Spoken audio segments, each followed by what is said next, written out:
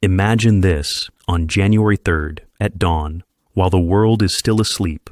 More than 150 military aircraft fill the sky, and one of the biggest secret operations in history begins. This operation, called Absolute Resolve, is not just a military mobilization. It is also the culmination of a major strategic plan prepared for years.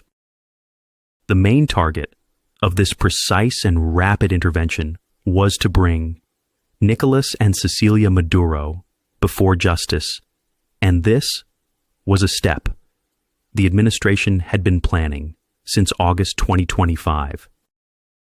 In fact, the roots of this event go back to the campaign launched in September against drug smuggling ships and to the blockade of sanctioned oil tankers.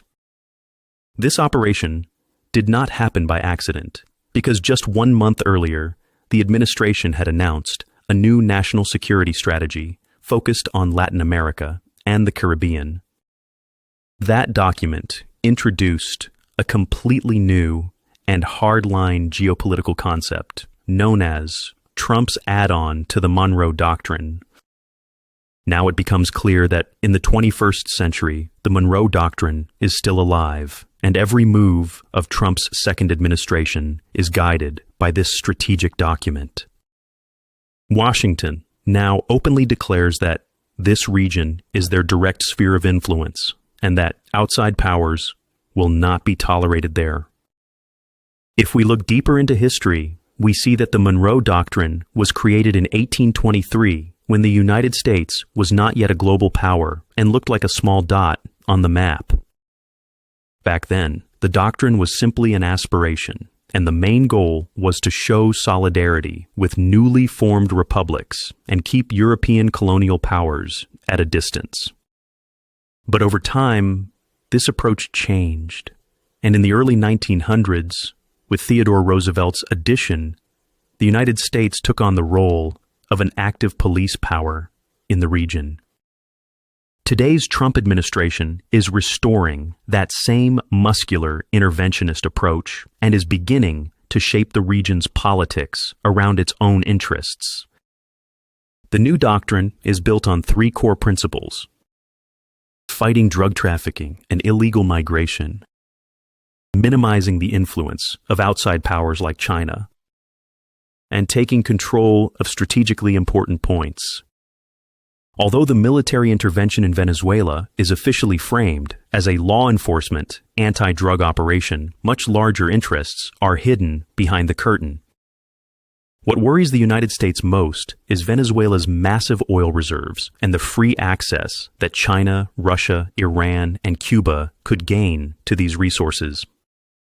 The Trump add-on treats the use of these resources by rival states as a direct threat to national security. The Venezuela events are only the beginning, because the effects of this new doctrine will continue to shake the entire Western Hemisphere. The Trump administration has launched an unprecedented pressure campaign against the Mexican government, demanding harsher steps in the fight against drugs. Even Colombia's president, Gustavo Petro, has faced these criticisms, and Washington hints that it could take unilateral military action against countries it considers insufficient in fighting drug trafficking. This strategic wave does not end with Venezuela. Next in line are authoritarian regimes like Cuba and Nicaragua, which are expected to face serious pressure. Strategic targets are not limited to political regimes, they also include geographically critical points. Control of the ports at both ends of the Panama Canal and even Greenland's strategic value for new military bases has returned to the center of discussion. The U.S. government aims to control not only oil reserves, but also mining resources essential for the technologies of the future. China has become a massive global mining power, and Trump's plan is to push Chinese companies out of this region and remove them from the game.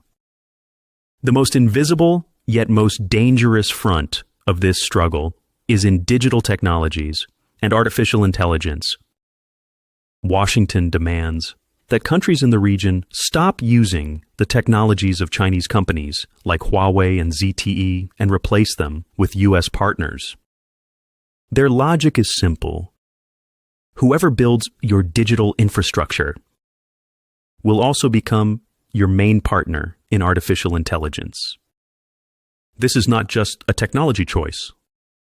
It is a decision that will determine who the region depends on in the coming decades. According to the National Security Strategy document, countries that cooperate with this new agenda will receive special privileges and benefits. Even regimes ideologically opposed to the U.S. could be partnered with if Washington's pressure forces them to share certain objectives. This is a fully pragmatic approach, and for securing interests, no political past or worldview truly matters. What is happening in Venezuela is an example of working with the remaining fragments of a regime for specific goals. But fighting on such a wide front at the same time will not be easy, even for the United States, and it can cause resources to be stretched thin. If a state tries to compete everywhere, it may end up effective nowhere. That is why experts recommend that the U.S. government identify the 3 to 5 most critical strategic areas where it should mobilize the power of the private sector. Focusing on these areas in partnerships with Latin America appears to be the most effective way to push China completely out of the region